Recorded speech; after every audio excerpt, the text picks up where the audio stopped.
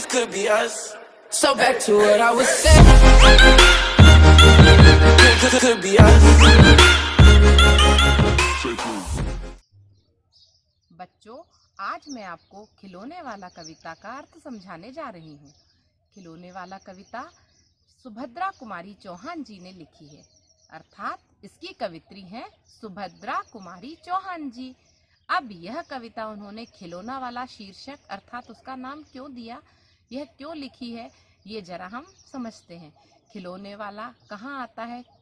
सभी के घर के पास, कॉलोनी में, मार्केट में, कभी हम बाजार जाते हैं तो हमें वहाँ भी खिलौने वाले दिखते हैं। लेकिन इस कविता में खिलौने वाला जब घर के बाहर आया है तो बच्चा अपनी माँ से किस प्रकार की मांग कर रहा है या क्या क्या सोच रहा है, यह इस कविता में बताया गया है। और आप लोग भी जब घर पे, आप भी अभी उसी उम्र के हैं, आपके घर के पास भी अगर कोई खिलौने वाला आता है तो आप भी इसी तरह की, आपकी स्थिति भी, मन की स्थिति ऐसी ही होती है जैसी इस कविता में इस बच्चे की हो रही है। तो हम शुरू की 4 पंक्तियां देखते हैं।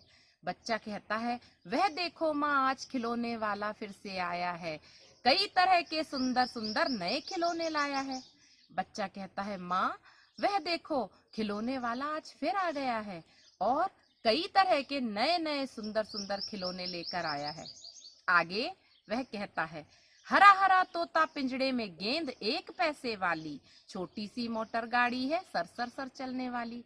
आगे बच्चा कहता है कि उसके पास माँ जैसे पिंजरे में तोता, हरा तोता रहता है ना, वैसा ही खिलौने वाला तोता भी है और उसके पास क्या है, छोटी सी मोटर गाड़ी है जो कि सरसर चलती है। आगे कहता है बच्चा, सीटी भी है कई तरह की, कई तरह के सुंदर खेल, चाबी भर देने से भग भग चलती चलने वाली रेल। आगे बच्चा कहता है, माँ उसके पास तो कई तरह की, कई रंगों की सीटी भी है जिनको कि हम बजा के खुश होते हैं और उसके पास तो मुझे एक रेल भी दिखाई दे रही है। रेल अर्थात जिसको हम इंग्लिश में ट्रेन बोलते हैं, जिसमें कि अगर चाबी भर दें तो वो भग भग भग भग करके चलती है। जैसे ट्रेन में आवाज आती है वैसे ही ये जो खिलौने वाला लाया है उसमें भी वैसी ही आवाज आती है माँ, वैसी ही रेल भी वह लाया है। आगे वह कहता है कि गुड़िया भी है बहुत भली सी, पहने कालों में बाली, छोटा सा टी सेट है, छोटे छोटे हैं लोटा थाली। आगे वह कहता है, माँ उसके पास तो एक छोटी सी गुड़िया भी है जो कि अपने कानों में बालियां पहने हुए है और छोटे छोटे लोटा थाली भी हैं उसके पास। माँ इतनी चीजें उस खिलौने वाले के पास दिखाई दे रही हैं। आगे बच्चा कहता है छोटे छोटे धनुष बाण है छोटी छोटी तलवार, नए खिलौने ले लो भैया, जोर जोर वह रहा पुकार। आगे वह बच्चा कहता है, माँ उसके पास तो छोटे छोटे धनुष बाण भी हैं और छोटी छोटी तलवार भी हैं और वह बार बार चिल्ला रहा है कि भैया आकर खिलौने ले लो, मैं बहुत सारे खिलौने लाया हूँ। वह जोर जोर से आवाज कर रहा है और सारे बच्चे उसको देखकर लालायित हो रहे हैं। सारे बच्चे उससे खिलौने लेना चाहते हैं। आगे वह कहता है बच्चा कि मुन्नू ने गुड़िया ले ली है, मोहन ने मोटर गाड़ी, मचल मचल सरला कहती है, माँ से लेने को साड़ी। और वह बच्चा कहता है, माँ मुन्नू जो है ना हमारे घर के पास, उसने क्या ले ली है, मोटर गाड़ी ले ली है और मोहन ने मोटर गाड़ी ले ली है और मुन्नू ने गुड़िया ले ली है और सरला अपनी माँ से साड़ी लेने की जिद कर रही है। यानी सभी लोग कुछ ना कुछ, सबकी मम्मी, सभी की माँ कुछ ना कुछ उसको दिलवा रही हैं और वो लोग ले रहे हैं। कभी कभी क्या साड़ी, कभी खिलौने वाला भी माँ क्या साड़ी ले आता है, कभी कभी दे साड़ी तो वह कपड़े वाला कभी कभी दे जाता है। लेकिन माँ वो जो सरला अपनी माँ से साड़ी लेने की जिद कर रही है, तो क्या ये खिलौने वाला भी साड़ी लेकर आता है? मुझे तो नहीं लगता, क्योंकि साड़ी वाला तो अलग आता है जिससे कि आप लोग हमेशा साड़ी लेते हो। तो क्या ये खिलौने वाले के पास भी साड़ी है?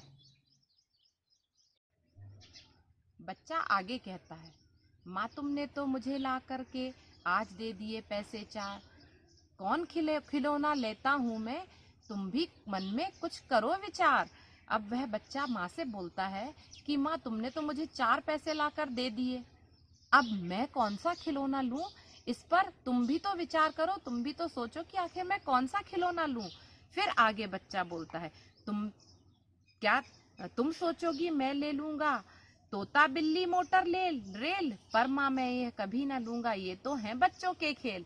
बच्चा आगे कहता है, माँ तुम ये सोच रही हो ना पैसे देके कि मैं तोता बिल्ली मोटर रेल गाड़ी ले लूंगा, मैं ये सब नहीं लूंगा, ये तो छोटे छोटे बच्चों के खेल हैं, मैं ये सब बिल्कुल नहीं लेना चाहता।